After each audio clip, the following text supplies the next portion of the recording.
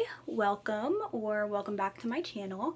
My name is Brianna Marie, and today I have a book haul. So I didn't buy all of these at once. There's 18 books in this haul if I count it correctly. If I didn't, well, it is what it is. This is a book channel, okay? You shouldn't come here with the expectation of me being able to count. Okay, wait, that's 6, 7, 8, 9, 10, 11, 12, 13, 14, 15, 16, 17, 18.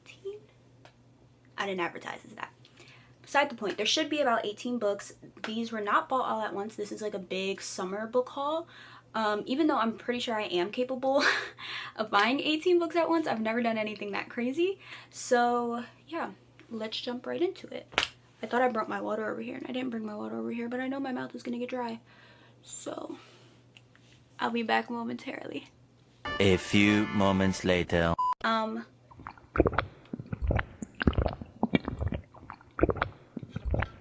Okay, first and foremost, I know I haven't posted in forever. I don't have an excuse.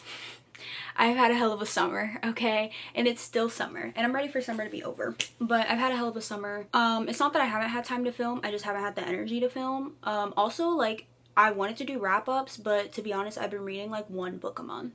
So wrap-ups were just simply not happening. Reading was not happening, but I'm hoping that going into the fall semester that I will find the motivation to pick up some books and read. So all right, we are officially going to get started with this haul. I'm not showing these books in any particular order. It's just kind of like what's in front of me right now. I have a stack here, and then I have a stack at my feet.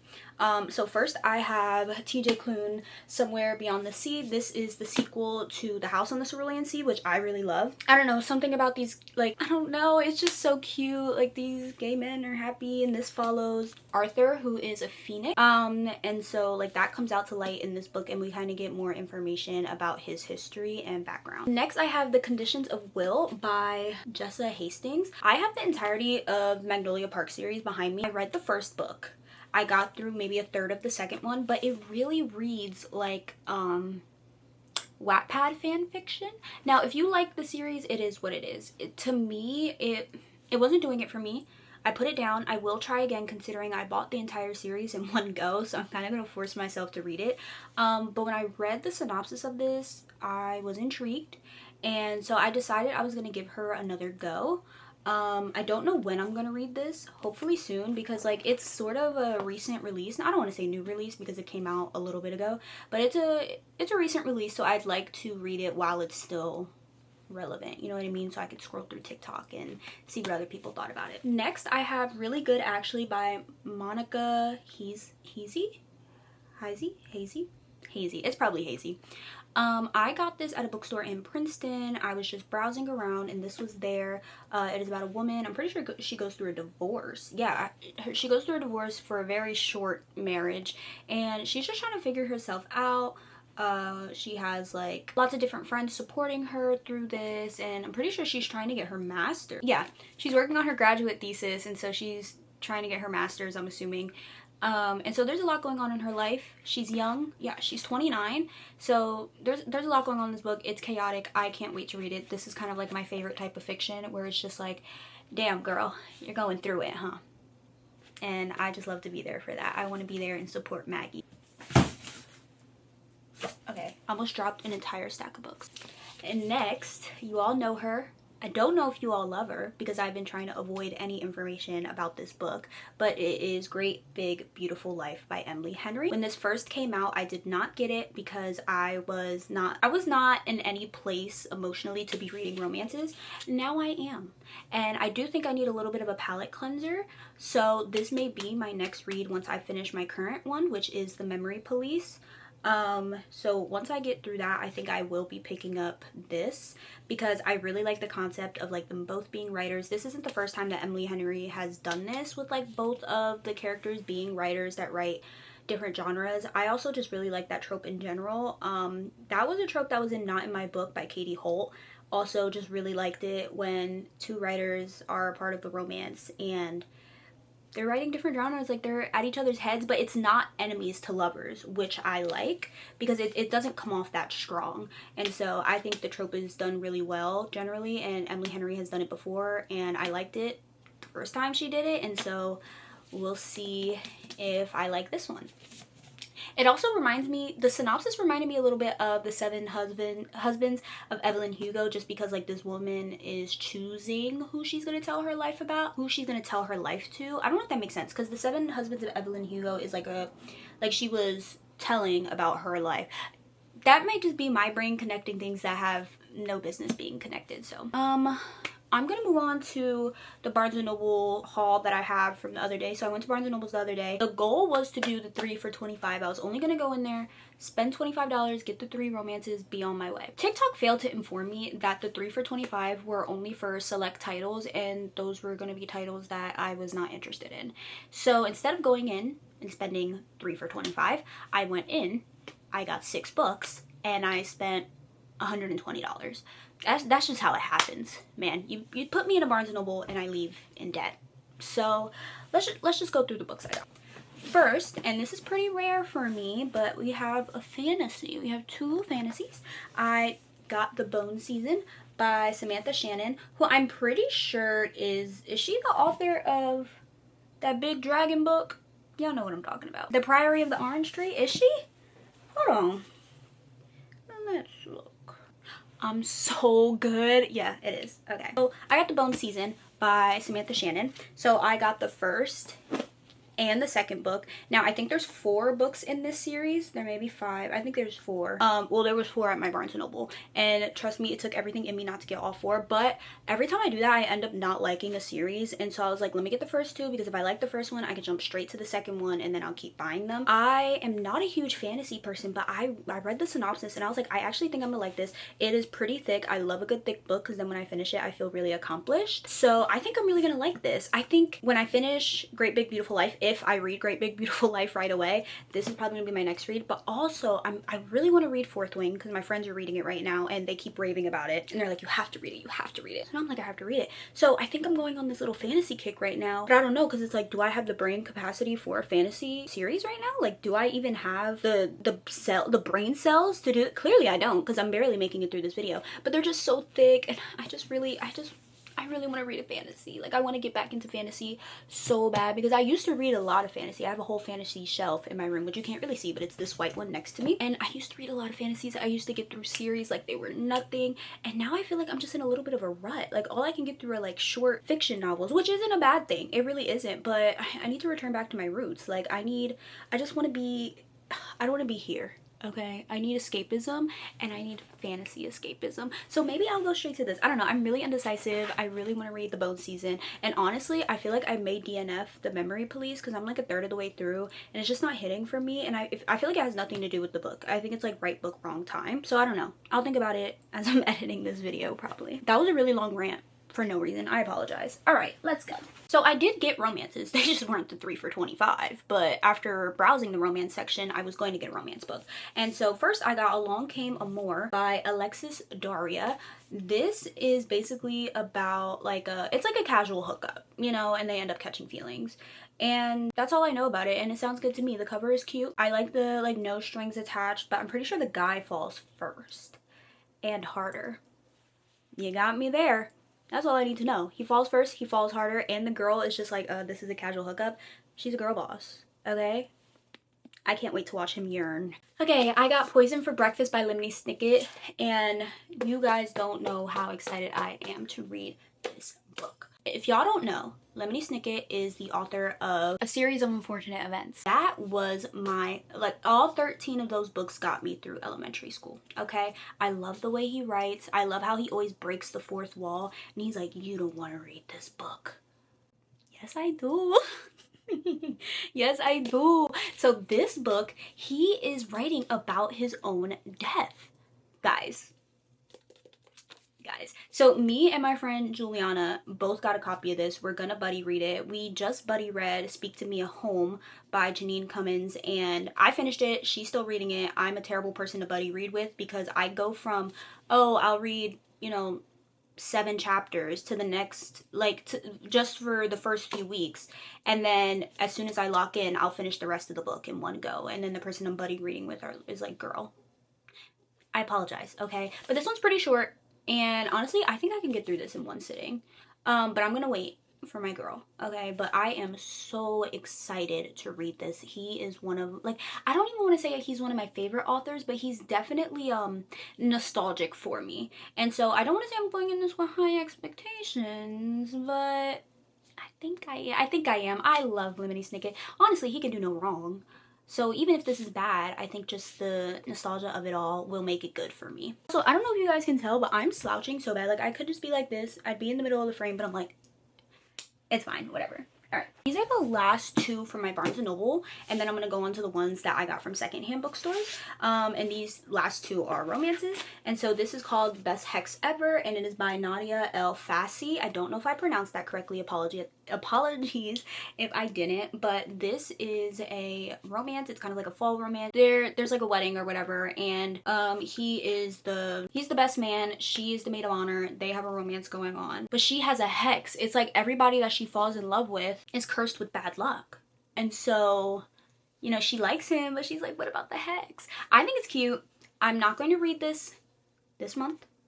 I may read it in August, but I'm going to try to hold out for spooky season. I'm going to try so hard to hold out because I'm so ready for the fall. You don't understand. My fall reads are going to hit so hard. I was just talking to my roommate at college about like the books that we like. I'm like, I don't know what I'm going to pack. And honestly, like, I am just ready to be falled out. I'm ready for the pumpkin spice. I'm ready for the leaves to fall. I am ready to put on Twilight. I'm wearing my Twilight jacket, which I'm pretty sure I was wearing in my last video. I am just ready for fall. If it's one thing readers love, it is fall. We love the fall, and I'm ready for the fall. The book is orange. Look at the girl in this book. I love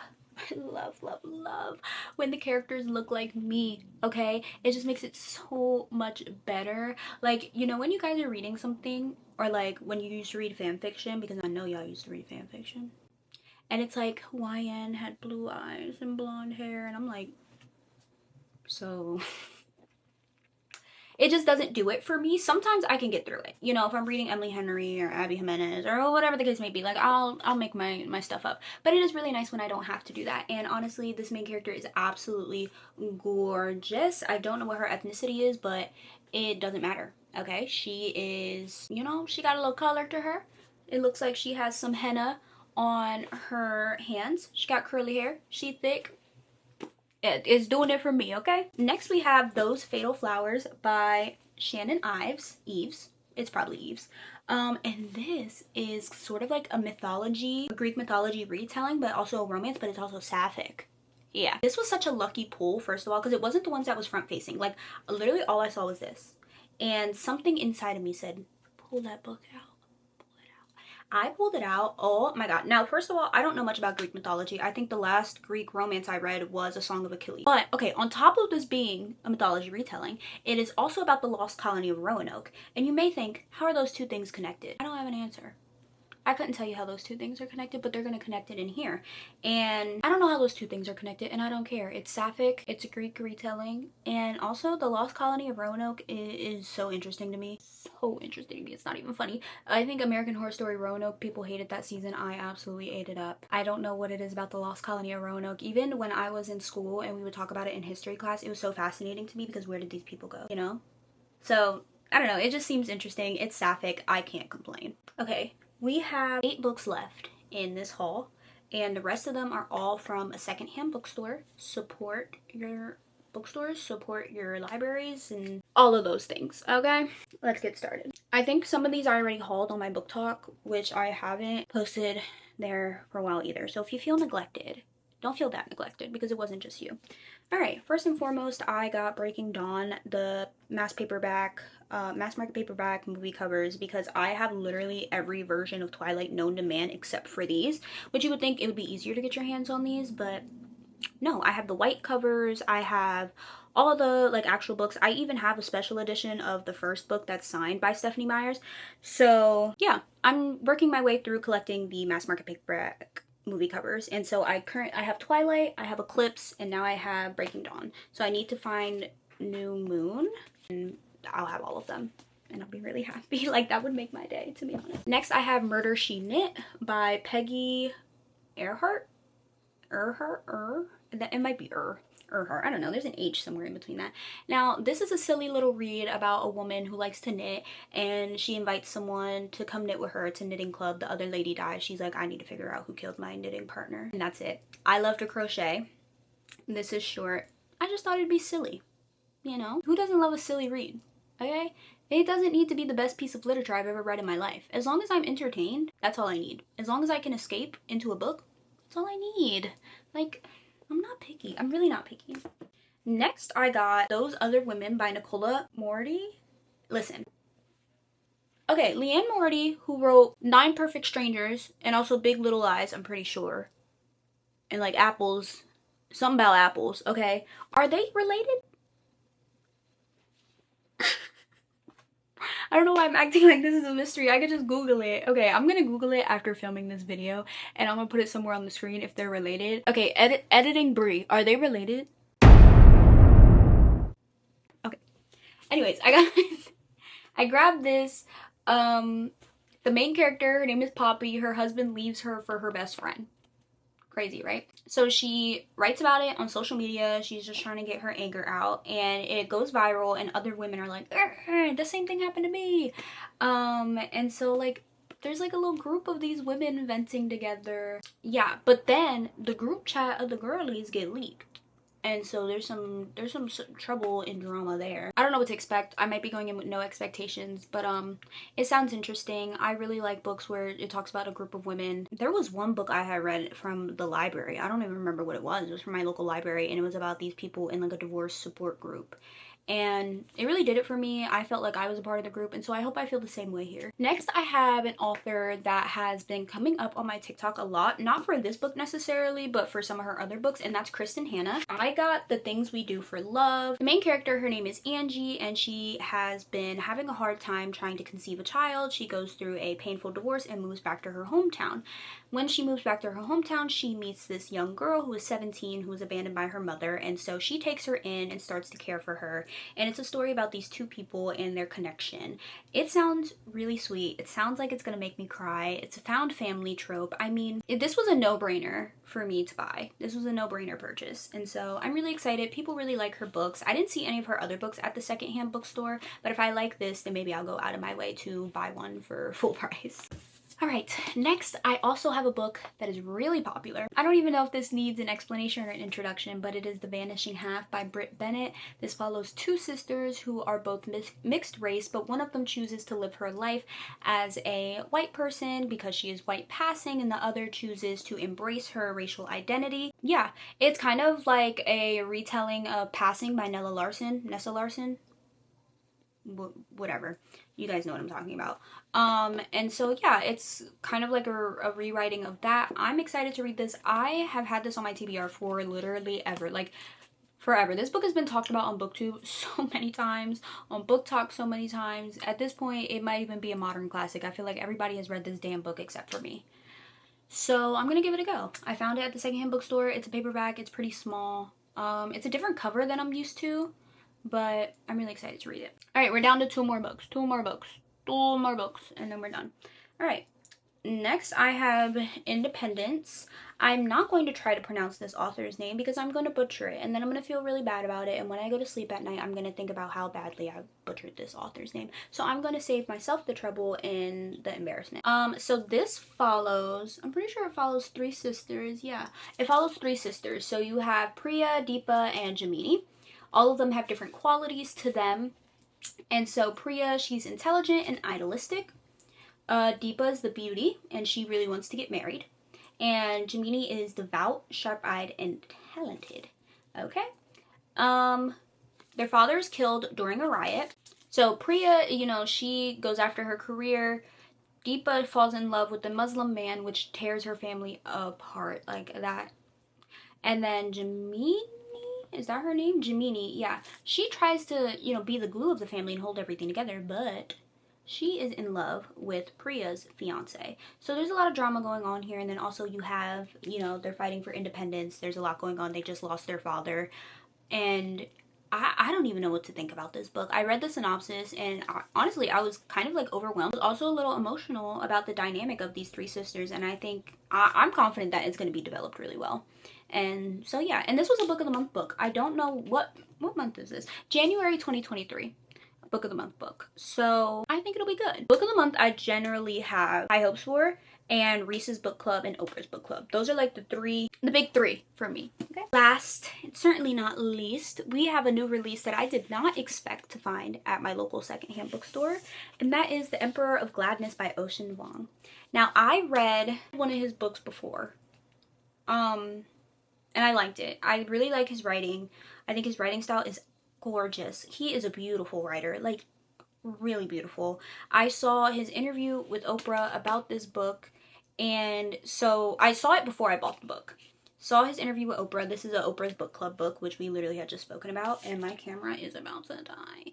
But it was a no-brainer for me to buy this as well. I really love his writing. It's an Oprah book club book, and also like it's kind of thick, to be honest, but it follows two characters. One is young, one is old, and the way he described it in the interview was like these two people are on two sides of the spectrum that people tend to forget about or not care as much about, and he wanted to tell their stories and interlock those two stories.